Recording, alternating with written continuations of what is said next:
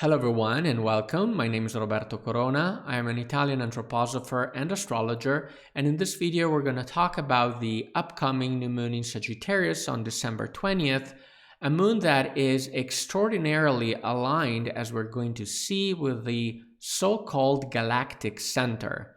For this reason, this new moon highlights a process that has already been indicated to us by Comet 3I Atlas, which appeared back in July in the same region of the sky.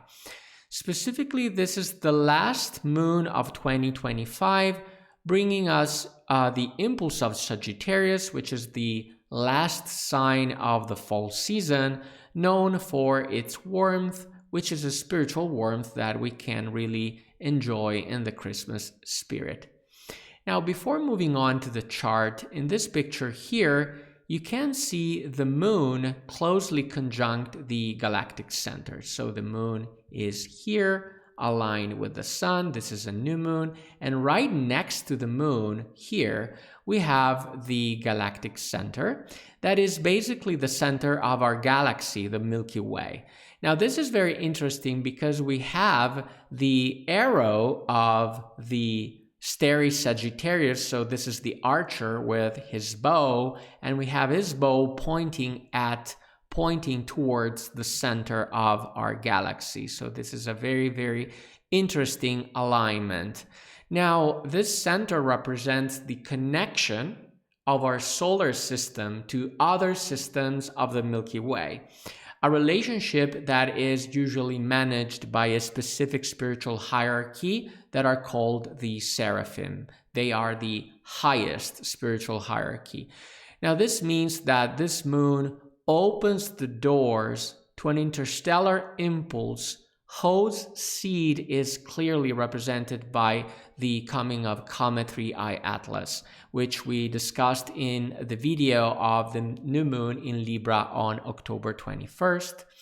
In fact, if we go back to July 1st, 2025, here you can see 3I Atlas that appeared to humanity right in the constellation of Sagittarius. So the same area of the sky, and this arrow is pointing towards the position of the comet when humanity became aware of its presence. And in this sense, back in that video, we argued that it was indeed an impulse towards evolution coming from a messenger belonging to another star system brought about by the seraphim. So if you're interested, I'm going to leave the link in the description down below so you can delve deeper into this interpretation. And now here, with this new moon that is placed precisely in alignment with the galactic center, we have the opportunity to sort of collect this interstellar seed and develop it, carrying it forward in a specific way. So this is the chart of the new moon in Sagittarius. As always, let's start with the latest changes in the sky. Now on December 10, Neptune also turned direct. This is Neptune. So now the Saturn-Neptune conjunction in Pisces features both the planets in direct motion. On December 12, Mercury enters Sagittarius. This is Mercury, and Sagittarius, unfortunately, is the zodiac sign of its fall. So this Mercury is in detriment. On December 15, Mars enters Capricorn. Here it is.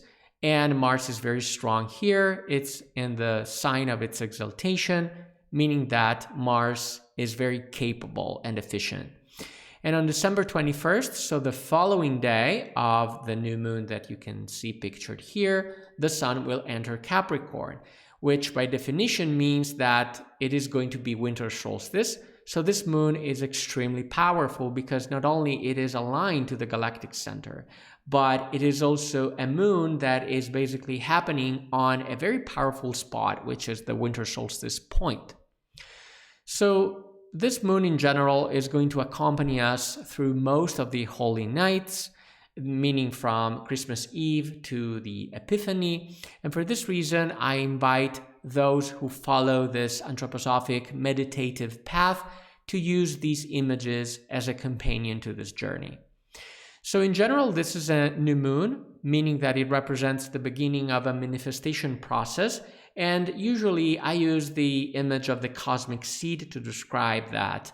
But in this case, we're dealing with an interstellar seed, so brought about by a three-eye atlas, which now has the opportunity to manifest itself through this moon. So this is going to be very, very interesting. Now, the manifestation process is going to culminate with the next full moon. That is going to be a full moon in Cancer on January 3rd. So let's take a look at the chart. The sun and moon are located here. They are at 28 degrees Sagittarius and 24 minutes in the starry image of the Centaur, and as we have seen, right on the Galactic Center. On top of that, the sun and moon are placed between Venus and Mars, and this is very interesting because this continues the series of lunar cycles that are happening in conjunction with the midpoint between these two planets. So as we have already seen, this represents a search for balance between these two forces that are basically war and peace. So we have to say, though, that in this case, the forces of Mars prevail because Mars is very strong. Mars is in exaltation in Capricorn. Now, the new moon is ruled by Jupiter because the ruler of Sagittarius is Jupiter, and Jupiter, as you know, is here in Cancer. So this means that we have a mutual reception between Jupiter and the moon, because the moon is in the sign of Jupiter and vice versa. Jupiter is in the zodiac sign of the moon. So we have definitely a very good and a very strong relationship between the two.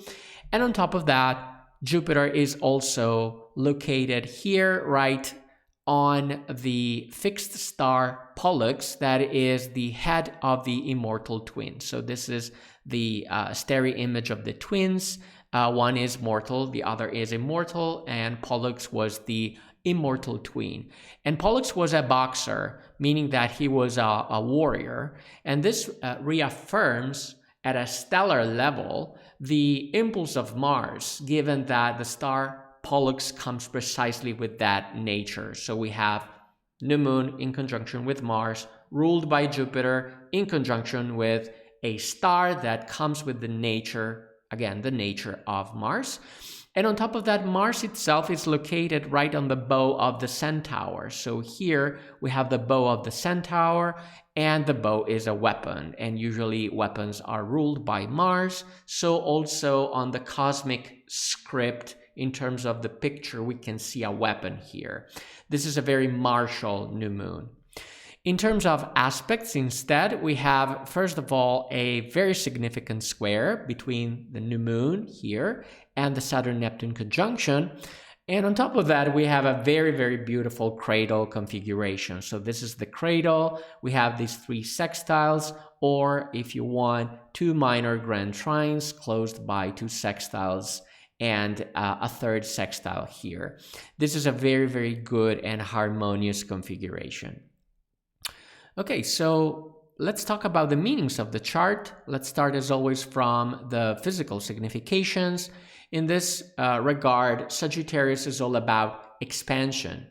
And given the participation of all these martial traits that we mentioned, we're talking about ambition and conquest on a personal level, and specifically military campaigns on a collective level. Now, the moon is in fact ruled by Jupiter in Cancer. Here it is. And we have this sense of expansion again throughout the forces of Jupiter, specifically in terms of our personal boundaries. So we have an expansion, for example, in terms of our home, our house, our company, our private property, and so on. This on a personal level. But on a collective level, Cancer is all about the nation. So we have an expansion of the boundaries of our nation on a collective level. So this is not something that comes easily because Jupiter is in conjunction with star Pollux, that confirms the signification of military maneuvers in order to occupy disputed areas. Now, why disputed areas? Because we have this trine of Jupiter with the Saturn-Neptune conjunction, and as always, this conjunction is all about disputed borders, right? This especially is confirmed by the square between the Moon and the Saturn-Neptune conjunction, because we have a tension happening here between this movement of expansion and these borders. So we have border issues, basically. This could definitely manifest as a sense of invasion, but also as illegitimate occupation. However, we have to say that there is a beautiful mutual reception between Jupiter and the Moon, and also we have the luminaries basically in conjunction on the midpoint between Venus and Mars. So this is a search for balance. So on a positive interpretation, we can say that we might have also peaceful territorial cessions that could finally be formalized in peace agreements, for example, as terms of surrender. So this doesn't mean that we have necessarily go at war. This can be very peaceful.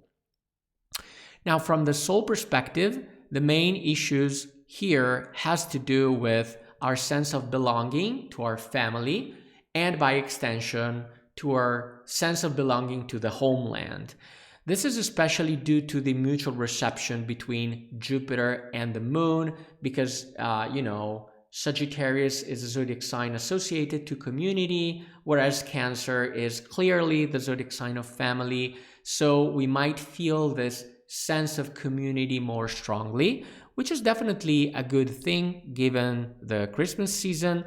However, the sense of invasion that we spoke of, again, this tension here, well, this requires of us to sort of compromise between the expectations of the family, the expectations of the group, of the collective in general, and what we personally want to do. In fact, let's remember that this chart is martial. So the martial nature of the chart suggests self-affirmation of the individual that goes against a collective of some kind, a group that may appear too invasive or too demanding. So the advice here would be to be aware of and possibly scale back our social expectations during the holidays. Lastly, from a spiritual perspective, the new moon is placed in the stereo image of the Centaur, again here. And in astrosophy, this constellation is associated with the principalities, the archai, also called the spirits of time, who confer the so-called zeitgeist, precisely the spirit of the time, that colors the spiritual features of a given cultural epoch. And in this regard, Rudolf Steiner clearly indicated the figure of Michael. This is very important because Michael has evolved recently from being the archangel of the sun to become the archai ruling the epoch of the conscious soul. Basically, the archai are the spiritual hierarchies that are immediately higher than the archangels. We have human beings, angels, archangels, and archai, the spirits of time. So Michael has evolved.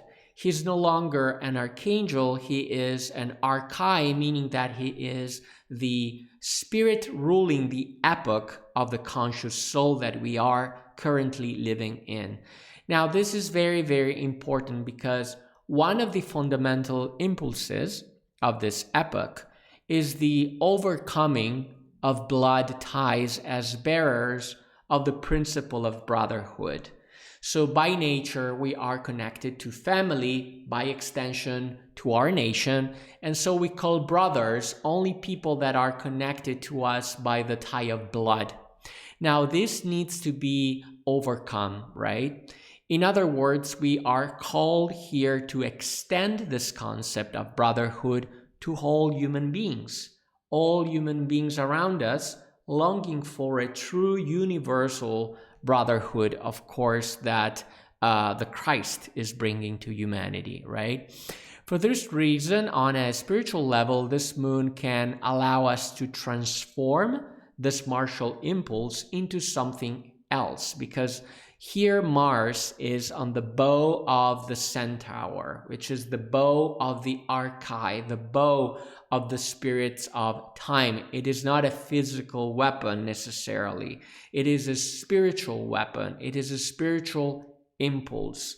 So the picture of the centaur seeks to separate itself from its lower animal nature, longing towards a higher spiritual goal. So we have the bow is pointing towards the Galactic Center. So another stage of human evolution, right? So on a spiritual level, we can transform basically this tension that we may feel, for example, with our family or the groups we belong. We may transform this tension between the moon and Neptune to this trine between Jupiter and Neptune, because this trine is something else. Basically, overcoming this blood ties, we are longing towards another form of family, a renewed concept of family that is a spiritual family. A spiritual family is a family of free individuals. We choose to belong to this new family. Together we carry forward spiritual ideals that we decide together to serve in this world. So definitely service is a very, very important theme when we found a new spiritual family. Now, this image of service usually is the image of the Virgin. This is the Virgin here. You can see this human figure in the stars, right? So the Virgin is a representation of humanity, like serving a higher goal, right? Now, in the chart, we can find how on a planetary level, this impulse of the Virgin is welcomed by the cradle. The cradle configuration on a planetary level forms this cup. And in this cup, we can find the higher impulse of the stars flowing down, received by the planets. So we can definitely find here on a stellar level this impulse towards service that a renewed spiritual family can definitely carry on. Of course, in a completely free manner with people that we recognize and people that we choose and that we can call family. As always, thanks for watching. If you want to support my work, please like this video, subscribe to the channel, and turn on the notification bell not to miss out on future astrological insights. I am Roberto Corona. See you in the next video, and Merry Christmas, everybody.